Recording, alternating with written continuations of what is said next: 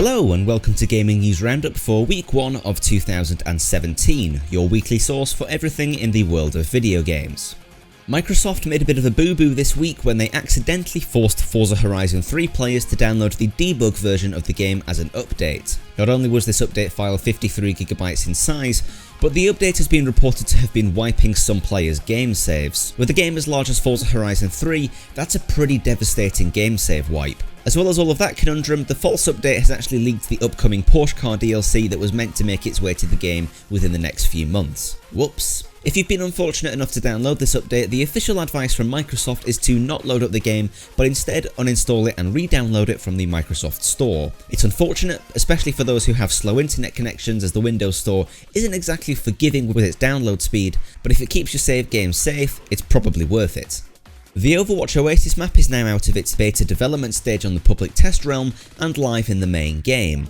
The new control map is set in the Middle East, with a common factor between the three stages being clean, modern architecture built to accommodate the world's most brilliant academic minds, and now the world's most brilliant high noons. I published a whole video about the map on Thursday this week, so if you haven't already seen it, I highly recommend that you go and give it a watch. A few short days after this map was released, Blizzard published a set of patch notes to the PTR forum on their website.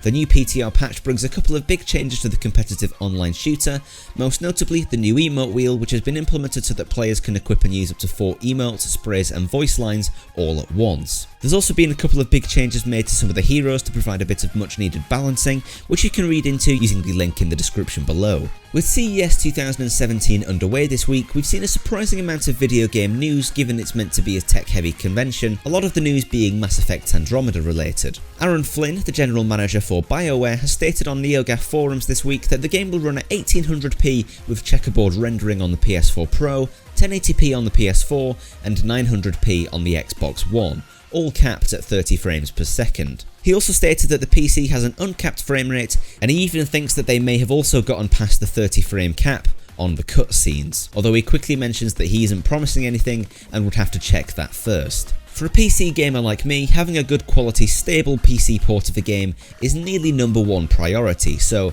it's good to see that the game's already on that right track. The other piece of Mass Effect news this week was the well sought after release date. Pathfinders will be able to get their hands on the game on March 21st in the US and March 23rd here in the UK. Not very long to wait at all, just 2 months until the game is finally here.